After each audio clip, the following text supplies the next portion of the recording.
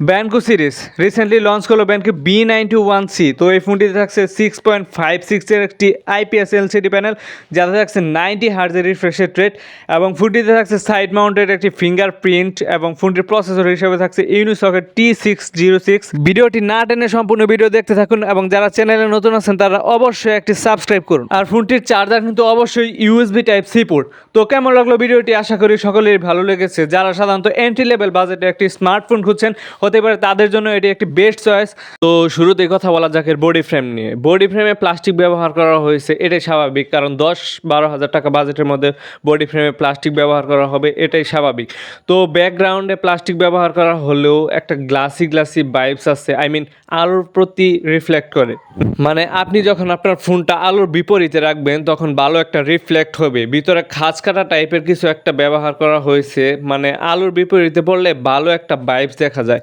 আর ব্যাকগ্রাউন্ডে যে ক্যামেরা ব্যবহার করা হয়েছে সেটা কোন ফোনের মতো আপনারাই বলেন সেটা।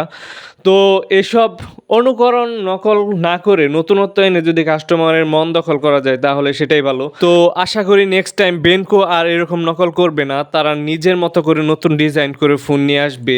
ব্যাকগ্রাউন্ডে ব্যবহার করা হয়েছে 3টি ক্যামেরা। তো মেইন ক্যামেরা হচ্ছে 13 মেগাপিক্সেলের, আরেকটি হচ্ছে আলট্রা ওয়াইড, আর 3 নাম্বার ক্যামেরা কত মেগাপিক্সেলের বা কততম সেটা আমার ঠিক জানা নেই। তো মেইন ক্যামেরা হচ্ছে 13 মেগাপিক্সেল এবং অ্যাপারচার হচ্ছে 2.0, যা লো লাইট ও ভালো ক্যামেরায় ছবি দিবে আশা করা যায়। তো ভিডিও রেকর্ড করা যাবে 1080p 30 fps এ। ফ্রন্টে ব্যবহার করা হয়েছে একটি ক্যামেরা যা 8 মেগাপিক্সেলের। তো এই 8 মেগাপিক্সেলের ক্যামেরা নিয়ে ইউজাররা সন্তুষ্ট হবেন অবশ্যই, কেননা বাজেট মাত্র 10,999 টাকা। এই বিষয়টা অবশ্যই মাথায় খেয়াল রাখতে হবে। তো এই লেভেলে এই বাজেটের মধ্যে 8 মেগাপিক্সেলের ক্যামেরা থাকাটাই স্বাভাবিক, এবং এর ইউজিং নিয়ে আপনারা সবাই সন্তুষ্ট থাকবেন। দুইটি ভেরিয়েন্টে পাওয়া যাবে এই ফোনটি। 4128 ভেরিয়েন্টের দাম হচ্ছে মাত্র 10,999 টাকা। ফোনটিতে 5000 mAh এর একটি ব্যাটারি দেওয়া হয়েছে এবং 18 ওয়াটের ফাস্ট চার্জিং দেওয়া হয়েছে। তো বক্সে শুধুমাত্র 10 ওয়াটের চার্জার দেওয়া হয়েছে। যদি কারো বাড়িতে 18 ওয়াটের চার্জার থাকে সেটি দিয়েও আপনি ভালোভাবে চার্জ করতে পারবেন। তো 5000 mAh এর ব্যাটারি হওয়ার ফলে এর চার্জ নিয়ে কোনো প্যারা নেই, এবং 18 ওয়াটের ফাস্ট চার্জিং সাপোর্ট করে। 18 ওয়াট দিয়ে যদি চার্জ করেন তাহলে চার্জ করতে বেশি সময় লাগবে না। তো অনায়াসে ফুল চার্জ করলে একদিন ব্যবহার করতে পারবেন রাফ ইউজাররাও। এই ফোনটিতে ব্যবহার করা হয়েছে SoC T606 এর একটি প্রসেসর, যা 12 ন্যানোমিটার একটি প্রসেসর। তো যারা সাধারণত প্রো গেমার আছেন বা শুধুমাত্র গেমিং করতে ফোন কিনতে চান তাদের জন্য এই ফোনটি নয়। আমি তাদেরকে রিকমেন্ড করবো না এই ফোনটি কেনার জন্য। তাদের জন্য বাজারে আরো অপশন আছে, তারা দেখে শুনে বুঝে আরো অপশনের ফোন কিনতে পারেন। কিন্তু যারা ডেইলি টাস্ক পাশাপাশি সময় কাটানোর জন্য গেম খেলতে চান বা মাঝে মাঝে একটু টুকটাক গেমিং করেন, তাদের জন্য তারা এই ফোনটি নিতে পারেন অবশ্যই।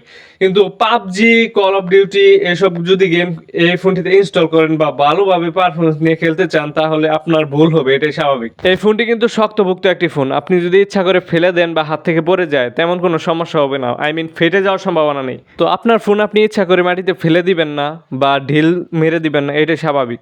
তারপরেও যদি কখনো হাত থেকে পড়ে যায় তাহলে তেমন কোনো সমস্যা হবে না, কারণ এই ফোনটিতে অনেক বেশি ভালো প্রোটেকশন দেওয়া হয়েছে। প্রয়োজনীয় সেন্সরস এই ফোনে ঠিকঠাকই আছে। রাইট সাইডে পাওয়ার বাটনের সাথে একটি ফিঙ্গারপ্রিন্ট দেওয়া হয়েছে, উপরে আছে volume up and down button.